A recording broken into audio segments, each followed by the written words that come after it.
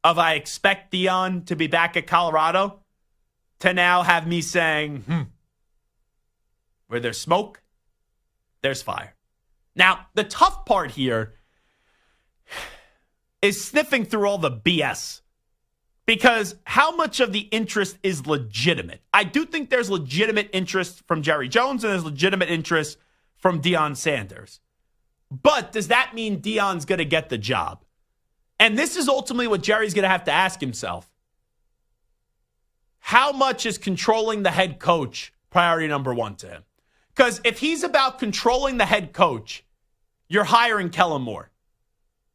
If you're about having the head coach maybe be bigger than you in terms of coverage and in terms of talking points, well, Deion Sanders becomes bigger than you.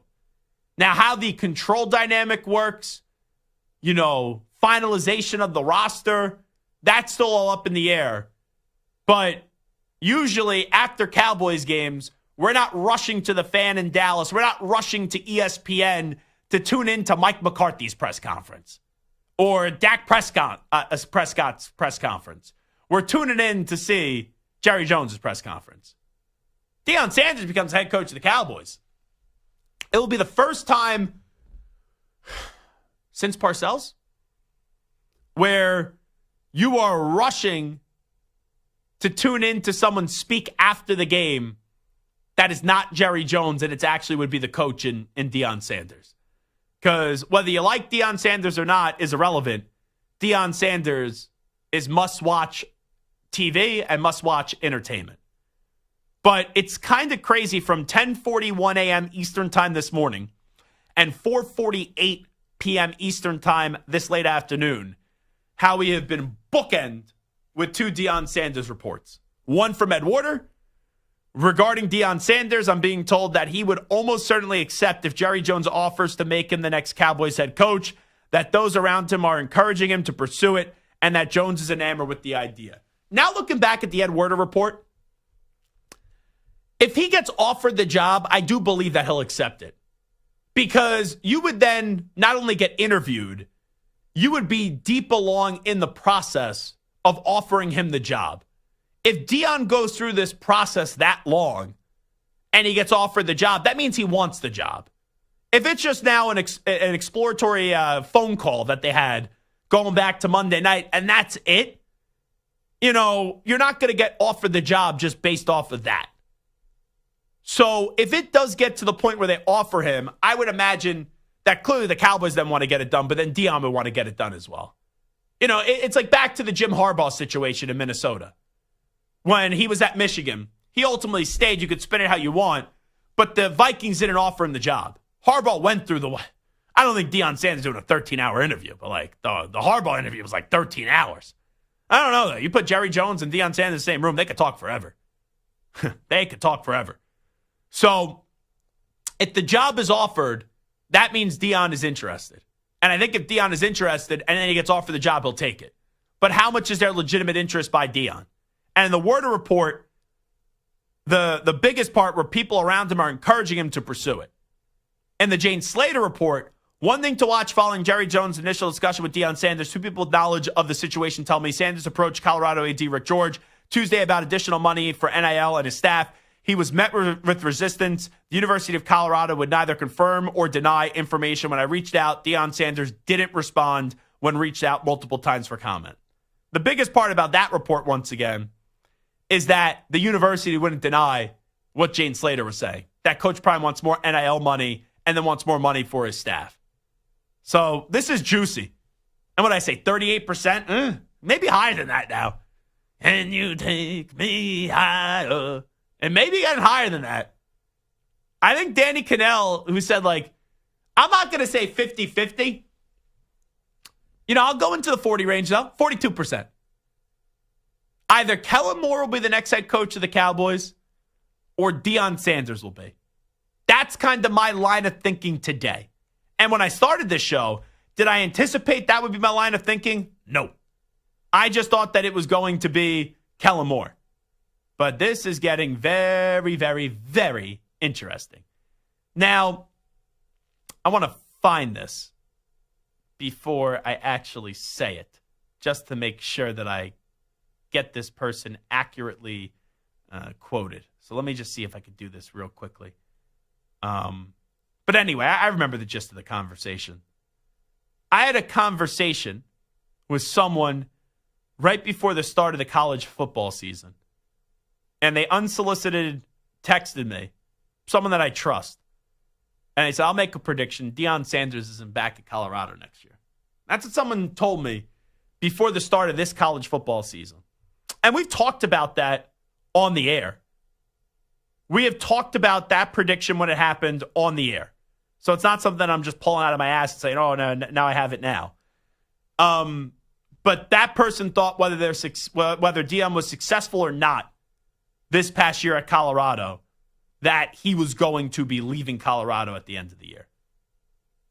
So that's what just someone told me before the start of the college football season. Now, when the college football season ended, I didn't see a way that Deion was going to leave unless it was for a bigger job. And then he got the big quarterback, and it's like, oh, nope, he's gonna be staying there. But now the Cowboy job has opened up. And this has been something that has been talked about before, the Dallas Cowboys and Deion Sanders. Stu, this is getting fascinating. I'll tell you this. The other day when Nick Harris joined us, he said it's unrealistic right now. I agree with him. I did not, if you told me yes or no yesterday, would Deion be the head coach of the Cowboys, I would have said no. Today, I think it's an I don't know. And I'm not usually an I don't know guy, but me saying I don't know makes me feel as if this is a lot more of a legitimate possibility than it was a day ago or even earlier this morning, because whenever it's contract negotiations, you don't know what people are asking for and how much they're just asking to ask and then what they really want. The fact that we have the specifics out there now, that it's NIL money and it's more money for his staff, that makes me think when you try to guess the source, this is coming from someone in the Deion Sanders camp. Now, Jane Slater said that when she reached out to Deion Sanders, he didn't respond. But one thing to watch following Jerry Jones' initial discussion with Deion Sanders, two people with knowledge of the situation tell me Sanders approached Colorado AD Rick George Tuesday about additional money for NIL and his staff. He was met with resistance. The University of Colorado would neither confirm or deny the information when I reached out. Deion Sanders didn't respond when reached multiple times for comment. This is someone close to Deion Sanders, I would say, giving this information out, or maybe it's someone on his staff. Maybe it's someone on the coach's staff that's like, I want more money. I know Coach Prime's going to bat. There's some NFL names on that staff, right? I don't think it's tough to get in contact with Jane Slater and you give that information. So that's something to watch, right? I think Warren Sapp used to work for the NFL Network. He's on staff years ago. Yeah, Pat Shurmur there. There's guys with NFL connections on the staff. And even if they don't have NFL connections, Jane Slater's a massive name covering the NFL, and she also covers the Cowboys. And she's digging on this story. So, Stu, I think that there's a chance, a good chance now. I would not have said that earlier this morning. I agree. I think it's 55% chance Deion, 45 Kellen. How awesome would this be? Be great. Your math's right on that, 55-45. When Kanell was just throwing out numbers left and right, I'm like, uh-oh. This is why I only took one math class in college, because he was like, yeah, I don't know if those numbers are going to be right. I'm like, buddy, you're asking the wrong dude. You're asking the dude that once said on the air there's a 60-30% chance of something happening, okay? But I am intrigued. And you know what? I started off the show saying the best thing for Deion would be to stay at Colorado. But I did say I would prefer him to take the Cowboy job. I want him to really take this Cowboys job now. I want it bad. I want him to take this I would be thoroughly disappointed if he does not take the Cowboy job now. Would be disappointed. If it's at least offered to him. And then disappointed if he didn't take it. Whew. Things I did not expect to talk about today. We knew we were talking about Deion. But getting the reasonings why he's upset or hasn't signed the new deal at Colorado. And if you're Colorado, you want to talk about fumbling the bag. All Deion has to say was, remember what life was like before me. Just remember that. And if you can't find the money for his staff in the NIL, and I don't know what the demands are, Colorado goes from fun story, relevant story to, where's the Colorado program? Oh, I don't care about them anymore. We'll see what happens. talk to Glover Quin when we come on back. It is the Zach Gelb Show right here, Infinity Sports Network. You're in a 5-minute break.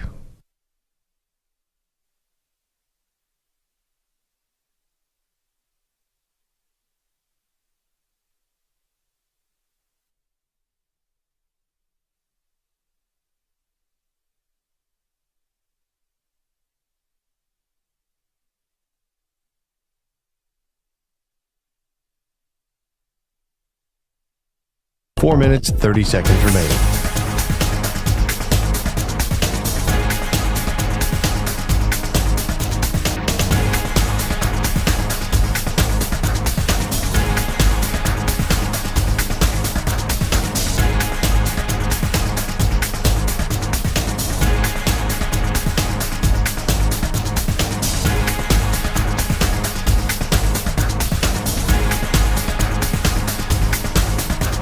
Four minutes remaining.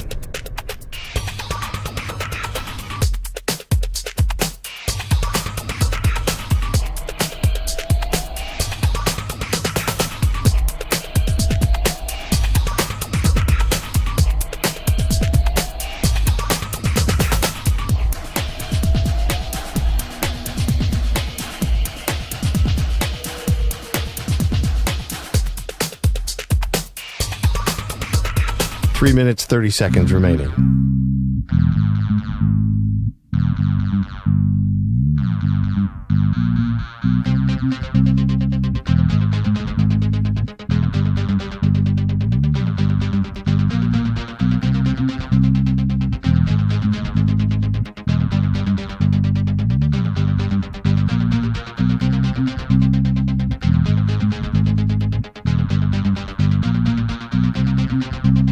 Three minutes remaining.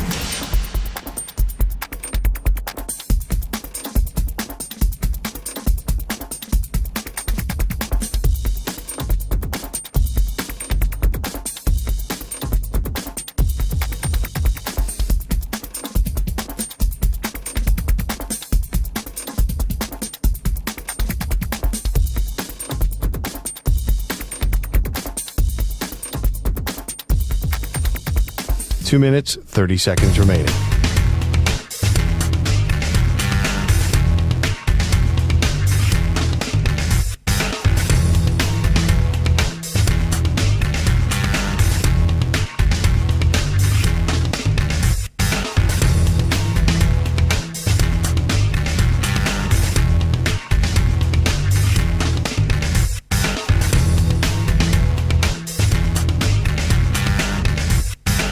Two minutes remaining.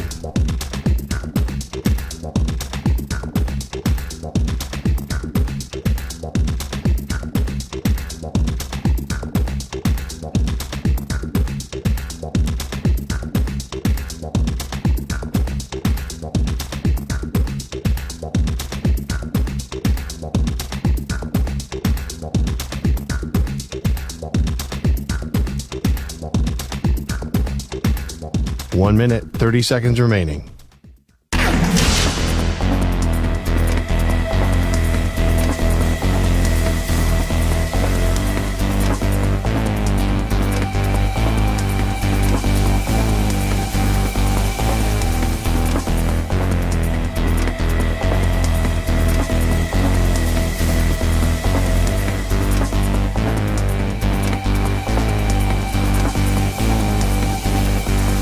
One minute remaining.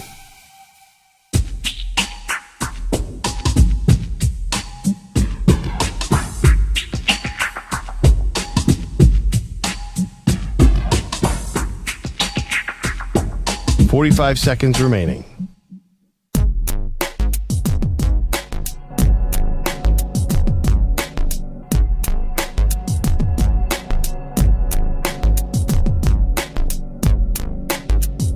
Thirty seconds remaining.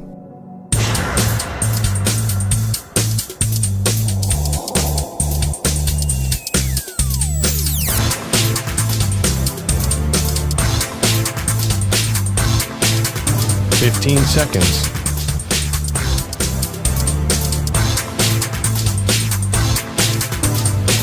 Break ends in 5 seconds.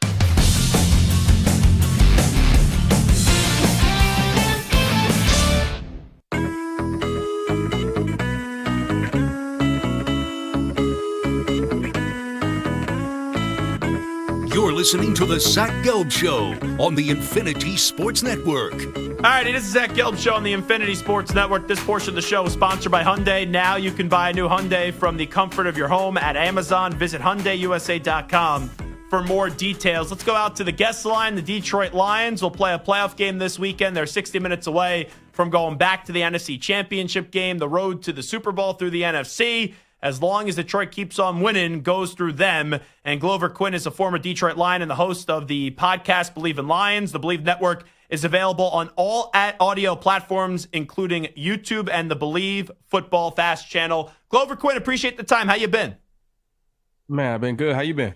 Well, I've been good. So I got to start you off with Deion Sanders and all these Cowboy rumors. There's a lot to come out in the last 24 hours. You know, Ed Waters saying people close to Deion are pushing him to take the job. Jane Slater from the NFL Network just said Deion is having some hiccups with Colorado when it comes to NIL and more money for his staff. You having the former player perspective, how do you think Coach Prime Deion Sanders would work in the NFL? I mean, I think it'll be a little different, obviously, when you're dealing with, grown men. I think he's even said it, dealing with grown men, rich men, as opposed to young high school and college athletes that you can have more of an influence on with more than just football. He deals a lot with life things that I think he has a lot more influence on those guys than, dealing with all of the things that come with being an NFL head coach. I mean, could it work? I think he could. Because he's been in the locker room. He's been around the NFL for a long time. So he understands players. He understands what it takes. I just wonder how it would be, with his connection with the team and how he does things. Because, like I said, you'll be dealing with grown men as opposed to, college students or, when he was a high school coach. If you were, let's say, in that Cowboys locker room and Jerry Jones said, hey, we're going to make Deion Sanders the next coach just because he's one of the greatest football players of all time and the big personality and the way that he resonates with so many people, would that kind of resonate with you as a player, or is it okay, I kind of got a job to do, I don't need all that drama? I mean, I think in the NFL it's kind of one of those things. Yes, you could resonate in some ways, but at the end of the day, as an NFL head coach, he has a lot more responsibility. So it's not like he's going to be able to be just right there with the DBs the entire time. So you're going to be closer with your DB coach.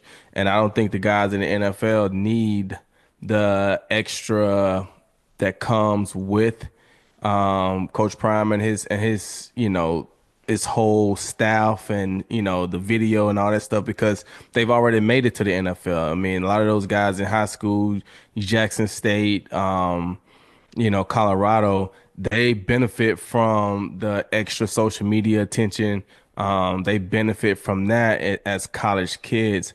I don't know if guys in the NFL, I mean, you go to the Cowboys, I don't know if Dak Prescott needs that. I don't know if Trayvon Diggs, Michael Parsons, I don't know if they need his social media. But I mean, if he can game plan, control the team, lead the team in the right direction, and bring some swagger and some attitude and the things that he brings, and they win games, I feel like he'll be accepted anywhere.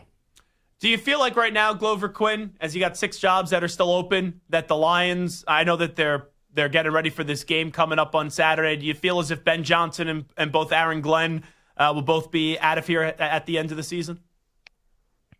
I think it'll be very difficult to keep them. I think, winning coaches, consistently winning, they've stuck with those guys for a while, and they've progressively gotten better and better and better, and now they're clicking offensively and defensively. And I think it's very difficult to keep winning coordinators, winning coaches in that sense. And it's the same way with players. When you're a good player coming from a winning team, you're more valuable in free agency in a sense. When you're a good player but you're coming from a bad team, I mean, yeah, you're going to get looked at as being a good player, but you're also coming from a bad team. But when you're a good player coming from a good team, then you're going to be way more valuable. And so being a good coordinator on a good team, NFC Championship appearance last year, hopefully another NFC Championship to a Super Bowl and possibly hopefully winning it this year. They definitely going to be coveted by all those 6 teams, whether they take the job or get offered in what they would want is yet to be seen. But I definitely think that they're going to have a lot of people coming after them. Glover Quin here with us. It seems like right now that Aaron Glenn is either going to be the next coach of the Saints or the Jets. Like, that's just what the rumors say. When it comes to Ben Johnson, you tell him to zig, he zags. Last year I thought he was going to take the Commanders job. He comes back to Detroit. A month ago I would have said the Bears job. Then 2 weeks ago I would have said the Jaguars job. And now I can't believe I'm saying this, but I feel like he's going to the Raiders. What do you think ends up happening here with Ben Johnson? What job do you think he takes? You know, I think the thing about Ben is I don't think anybody really knows. I mean, I don't know Ben personally. So I think the thing that happens is we don't know his leadership style. We don't see his personality a lot to know where he would fit well. I mean, we could say Aaron Glenn with the Saints and the Jets because he played with the Jets and he coached with the Saints for a while. So you can see those obvious connections. And then obviously we kind of see some personality from Aaron Glenn on the sideline. So we can see a little fire and grit. And also that's what it takes to be a defensive player in the NFL. But at the end of the day, Ben Johnson's a play caller. We don't even really see him interact a lot of time with the players. So we don't even know what his coaching, I don't even know what his coaching style is. Because I could see, okay, personality wise, does he fit in New York? I don't know. Does he fit in Chicago? I don't know. Maybe he's a Dallas guy. Do you send him to Vegas? You know, does he have that leadership to where he can command a team and be able to control a team in Vegas? I don't know. I honestly don't know. And I think that's the big thing about Ben. I don't think anybody knows other than Ben and the coaches on the Lions staff. How mysterious he is, it's fascinating to me because he's like the mad scientist. His offenses are so fun to watch, but you're right. I know nothing else outside of that. He likes to get the football to fat offensive linemen, and he likes to draw up all these crazy plays. Him as a person, like Aaron Glenn, you're right, you see it. You know that guy could be a leader of men. Ben Johnson, mad scientist is the way that I would say it, Glover Quin. Yeah, and the thing is, you know, sometimes, you know, the best thing a person can do is to know themselves, right? You got to know what you're comfortable with, what you can do, what you're good at, what you're not so good at. And we can all sit around here and say because Ben Johnson is having great success as a coordinator that he shouldn't be the next head coach and he's this and he's that. Ben Johnson knows if he feels like he could be a head coach. Some people just literally like calling plays and drawing up plays, and all they got to worry about is my offensive coordinator. That's all I got to worry about is my offense. I don't have to deal with the media. I don't have to talk to the media. I don't have to worry about what's going on defense. I don't have to answer questions. I don't have to do any of those things other than draw up plays and scheme up the best ways to get my guys the ball. And some people like that. And so I don't know if that's Ben Johnson, or I don't know if he has aspirations to want to be a real head coach, because I think if he did, he could have left last year. So maybe he's waiting for a specific type of job. But at the end of the day, if you're getting hired right now, you're probably going to a team that fired a coach. So they probably didn't have a great season. So you're going to have a personality to be able to come in and change the culture somewhere. And I just don't know. I'm not saying that he can't do it. I just don't know. We don't ever get to see that from Ben. Talking to Glover Quin right now. All right, to get into the game on Saturday, Commanders had a fun victory. They've been a fun story. Jaden Daniels is a heck of a player. Can the Commanders win this game? How can you see the Commanders maybe pulling off the upset up against your Lions? Well, the thing, I can see them, you know, if they pull the upset, obviously Jaden Daniels is going to have to play fantastic. And from everything I've seen from him, he has the ability. He doesn't seem phased. He doesn't seem like the moment is too big for him. He seems poised. His first playoff game last week, he didn't seem jittery. He didn't seem out of control. He ran when he was supposed to ran. He may have even taken more hits than he probably should have taken last week. And so the thing that the way that I can see it is obviously him being able to control the clock. Sometimes the best defense is a good offense. And so if they can run the ball and get positive yards with Brian Robinson, then that's going to open up things on 3rd and short for Zach Ertz across the middle. And then Jaden Daniels just being able to run and get the first down. And that's so frustrating for a defense. And so if they can sustain 8, 10, 12, 14 play drives, take 6, 7 minutes off the clock and get touchdowns in the red zone, that's going to be tough. And if you look at when the Lions have lost, they lost early in the season to Tampa Bay. They got behind early in the game, and they never really got a chance to get the run game going, which leads to all their play action and everything that they can do. Jared Goff threw the ball over 50-something times that game. That's a recipe for disaster for them. But then the same thing kind of happened in Buffalo, but you also had Josh Allen, who's also a mobile quarterback. He's probably not as mobile as Jaden Daniels, but he was a mobile quarterback. He controlled the game, and they were able to come in and beat up on the Lions pretty good as well. So I think Jaden Daniels being composed in that environment, because it's going to be electric, him being composed in that environment and being able to control the game, run when he's supposed to run, and, make timely completions to those guys and control the clock. I think that right there would be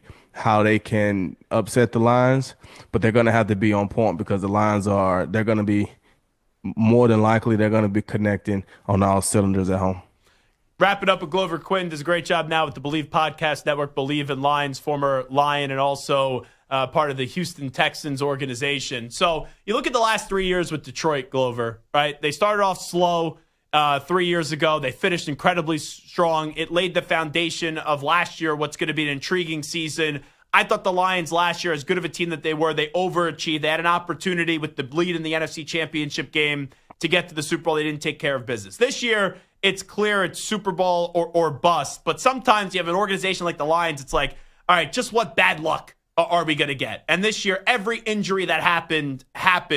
And here they are still with the number 1 overall seed, and they're 2 wins away from getting to the Super Bowl. Just how confident are you right now that this is their year to not only get to the Super Bowl, but that they'll be hosting up the Lombardi Trophy on February 9th?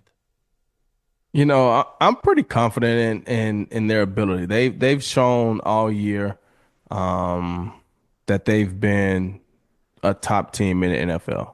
From offensively, they've been stellar all year. Defensively, they've had some struggles. They dealt with a lot of injuries. Guys went down. Obviously, they lost their best player in Aiden Hutchinson early in the season.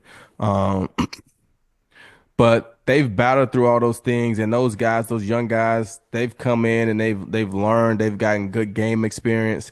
And these last few weeks against San Francisco, against Minnesota, they've been playing really good football. And I think that they've worked really hard to get the number 1 seed in the NFL. And now the road to the Super Bowl goes through Detroit. Now, when you look at it, they didn't lose a road game all year. So I don't think they were afraid to go on the road. I mean, they actually lost 2 games at home, right? And so it's not going to just be a cakewalk because you're playing in Ford Field. It's going to be difficult.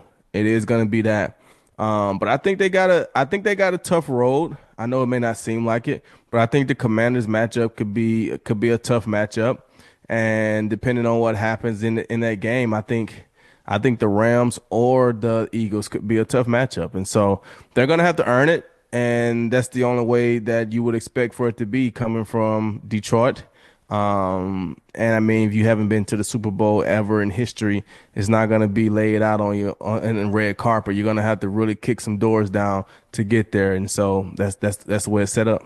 And if they win, right, you talked about it, they'll get the winner of the Eagles and the Rams. I know we saw that in the playoffs last year, but could you imagine if standing in front of the Lions going to the Super Bowl, Matthew Stafford standing there in Detroit with the Rams? That would be something, man. That'd be crazy. That's what I'm saying. That would be so crazy. That would be so, like, can you imagine how big of a game that would be to have the Rams in Ford Field with Matthew Stafford at the quarterback to go to the Super Bowl? Oh, man. It would be wild. That'll be huge. That'll be huge. But that, honestly, I mean, I'd rather see Philadelphia, though, in terms of the game and all the offensive firepower. We know the Rams have a ton of it, but you look at Saquon, you look at A.J. Brown, Devontae Smith, and Jalen Hurts. Man, as a fan, with no dog in the fight, I'd rather see Lions and Eagles. Yeah, I mean, I would probably rather see Lions and Eagles. That'd be, that's a game I think would be a tough game just because of everything that they present. Guys on every level, from a quarterback to a running back to a tight end to 2 wide receivers. I mean, they will be tough, and then they obviously got the top defense in the league, so they got good offense and they got good defense. And both coaches are maniacs too. Like I never know what to expect from Campbell or Sirianni when I watch a game. Yeah, that'll be some fireworks if that happened, man. So I think either way, and Darius Slay is on that Eagles team, a former Lion. Good point. You know what I'm saying? So he would be, one of those guys that's trying to be in the way of the Lions getting to the Super Bowl as well. So I think either way is going to be an incredible matchup. But I mean, the Lions got to go out and handle the Commanders first, and then we can worry about what the other teams do on Sunday. Last thing I'll ask you, get into a team that you played for to start your career, the Texans. We thought they would take that next step this year. Most of the season looked like they haven't been ready to do so, but here they are once again in the divisional round where they were last year, except this time they're going up against Kansas City. Can you see C.J. Stroud walking into Arrowhead and pulling off the upset, or is this just going to be Kansas City winning the game? Man, I think they can. I think one of the things I saw last week from CJ that I hadn't seen was he looked determined last week. Some of the times I saw him run last week, it's like that's what we've been waiting on, CJ. We're not saying you have to be Lamar Jackson, but there's times where you can run and pick up a first down. You don't always have to just throw the ball 5 yards. Or, you know what I'm saying? You have the ability to run if you need to run to get a first down. And I think last week he went in that game and he felt like, okay, first of all, I can't turn the ball over. We can't stay behind the chains. So we got to keep getting positive yards. And it's going to be me, it's going to be Nico, and it's going to be Joe Mixon. We are going to have to lead us offense. We don't have anybody else. We don't have Tank Dell. We don't have Stephon Diggs. We don't have anybody else but us. And I thought he did a phenomenal job. He played tough, played determined. And I think if he goes into Kansas City and have that same mentality, I mean, if you think about when they played the Chiefs a few weeks ago, I mean, they were neck and neck with those guys all the way until the Tank Dell injury. Once Tank got hurt, then that kind of took the wind out of their sails, and it was downhill from there. But they were right there, so I don't think they're going to go into that atmosphere because they just been there 3 weeks ago, 2 weeks ago, however many it was. So I don't think they're going to go there and just be shell shocked or any of these things. And the Chiefs haven't played in 3 weeks, and so when you think about it in that regard, they're either going to come out fresh and just rolling, or they're going to come out a little sluggish. And if they come out a little sluggish and keep the game close, anything could happen. And now the Chiefs have won a lot of one-score games this year. But we all know when it's a one-score game, it could go either way. They've made a lot of the plays, and that's why they are a championship team. But that means the Texans can make those plays as well. And so I think it'll be a good game. Like I say, the first quarter, you'll be able to tell how it's going to go. The Chiefs either going to come out smoking hot, or they're going to come out a little rusty, a little sluggish. He's Glover Quin, former Detroit Lion and Houston Texan, now the host of the podcast Believe in Lions. The Believe Network is available on all audio platforms, including YouTube and the Believe Football Fast channel. Glover Quin, thanks for doing this.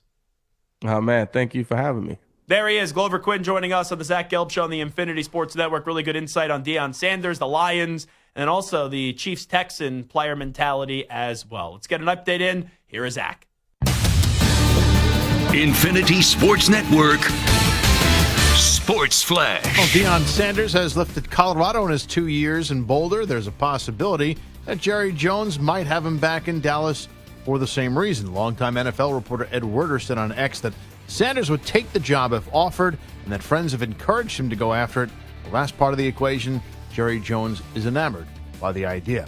Washington head coach Dan Quinn said Bobby Wagner will play Saturday despite missing 2 practices this week with an ankle injury, and the Lions get a big lift from the return of David Montgomery and Terrion Arnold, both of whom were removed from the injury report and good to go. Zay Flowers missed another day of practice for the Ravens. Bob Uecker, dubbed Mr. Baseball by Johnny Carson, has passed away at the age of 90 after a long battle with cancer. The self-deprecating former major leaguer made over 100 appearances on The Tonight Show because he could keep the host in stitches.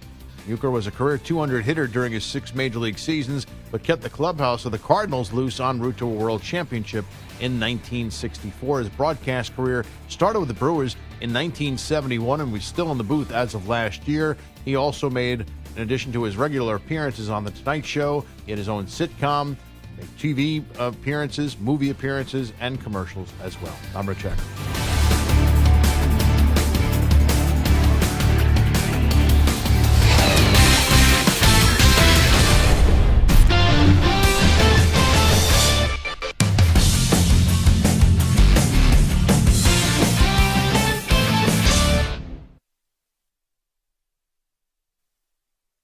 You're in a 5-minute break.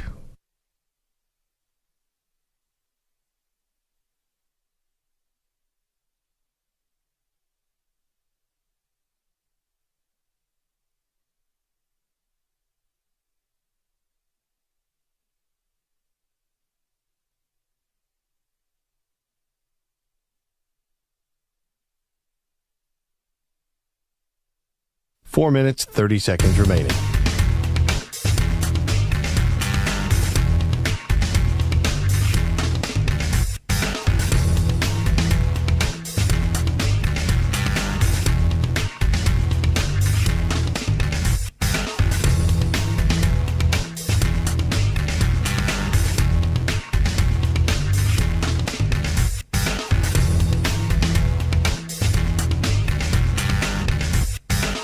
Four minutes remaining.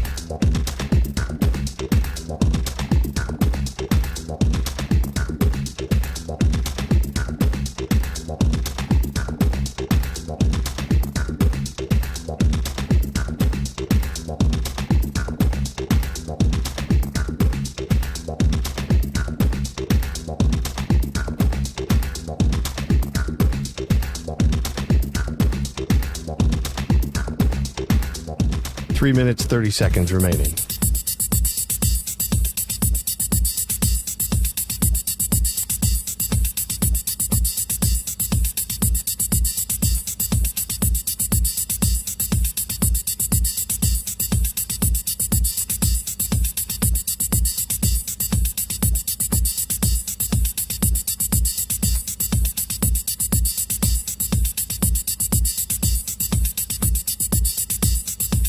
Three minutes remaining.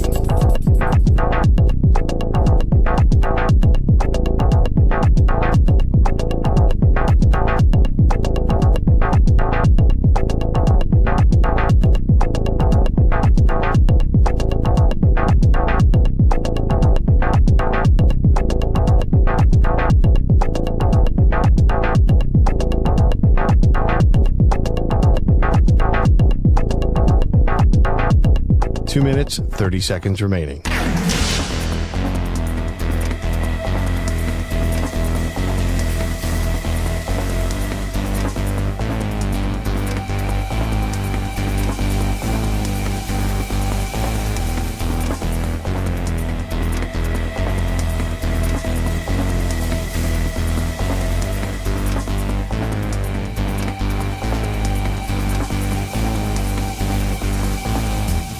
Two minutes remaining.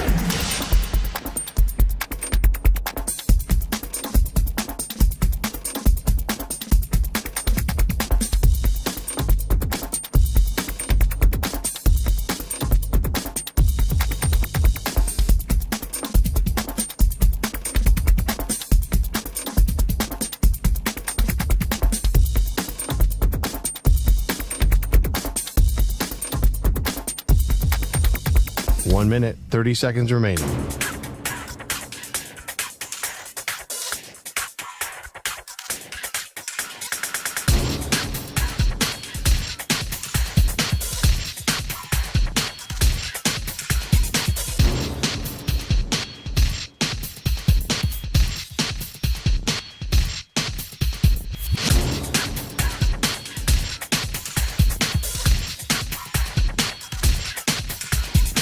One minute remaining.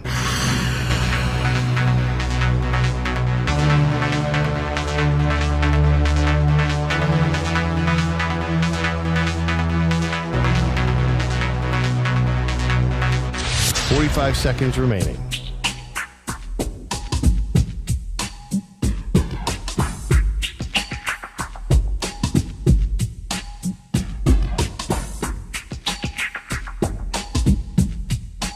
Seconds remaining.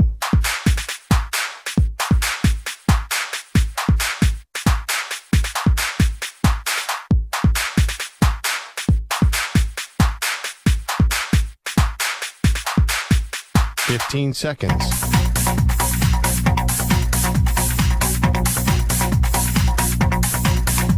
Break ends in 5 seconds.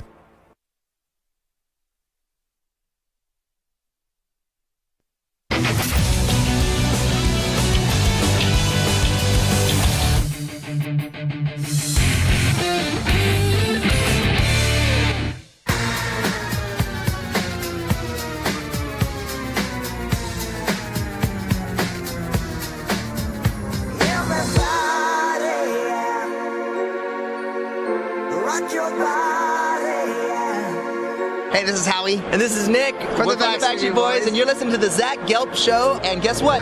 Zach is back. All right.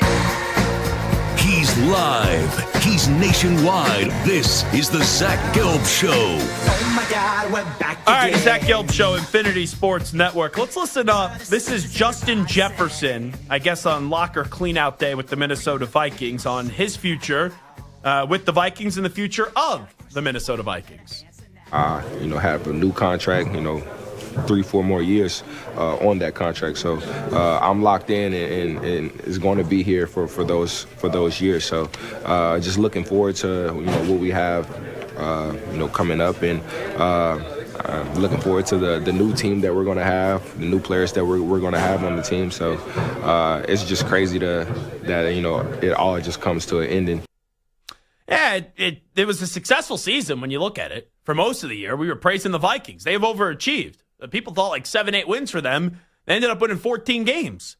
But it ended really quick for them. They went from playing for the 1 seed to then getting thrown to the 5th seed and then losing on wild card weekend on that Monday night and getting blown out. But when he said new players, people are going to take that and run, and you're going to, okay, that means Sam isn't coming back, and it's going to be J.J. McCarthy. I don't know what's going to happen, but I would assume that J.J. McCarthy is going to be the starting quarterback for the Minnesota Vikings next year. And, to end the show on a somber note, but also to celebrate an unbelievable life, Bob Uecker, we found out, did pass away at the age of 90 today. Obviously, played in Major League Baseball from 62 to 67, and then was the longtime iconic voice for the Milwaukee Brewers starting in 1971, and some of the best play-by-play calls that you'll ever hear in an actual baseball game, and then also what he did in the role of Major League, which was just unbelievable. We put together a little Bob Uecker montage from what he was able to do in Major League. Vaughn into the windup in his first offering. Just a bit outside. He tried the corner and missed. So the Tribe drops its 3rd straight on this trip, 6-1 to the Rangers. For the Indians, 1 run on, 1 hit.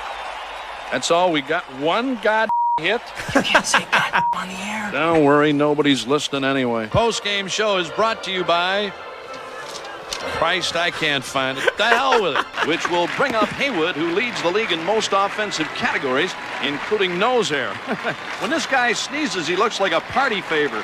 Haywood's a convicted felon, isn't he, Monty? Doesn't really say it here. Well, he should be. Haywood swings and crushes one towards South America. Tomlinson's going to need a visa to catch this one. Monty, anything to add? No. He's not the best color man in the league for nothing, folks. Just what an all-time great movie. And obviously an all-time great life of Bob Uecker, who unfortunately did pass away today at the age of 90. Just so many iconic people in that movie. When you look back at the characters with Bob Uecker and the voice and how that's just such a big soundtrack for the movie.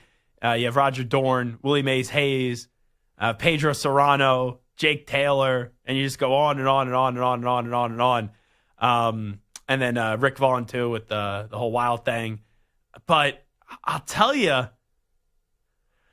I think my favorite character from that movie was actually Pedro Serrano, especially with the voodoo that he practiced and everything that was in his locker.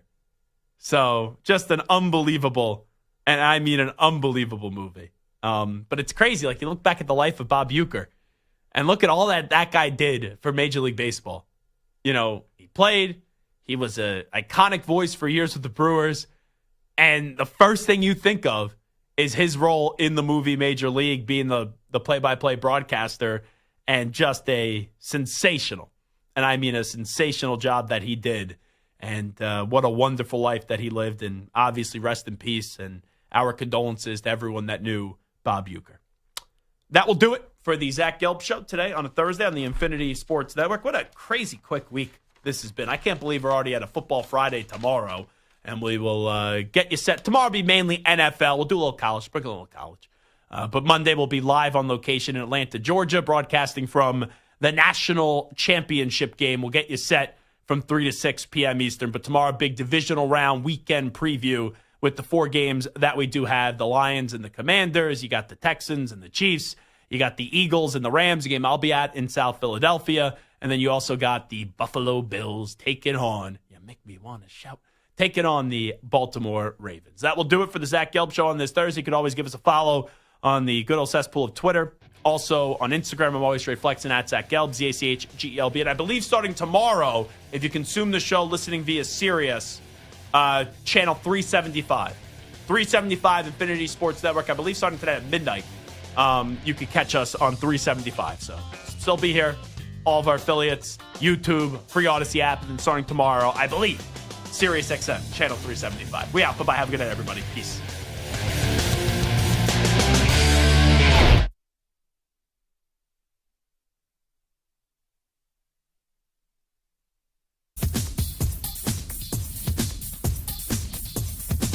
Four minutes, 30 seconds remaining.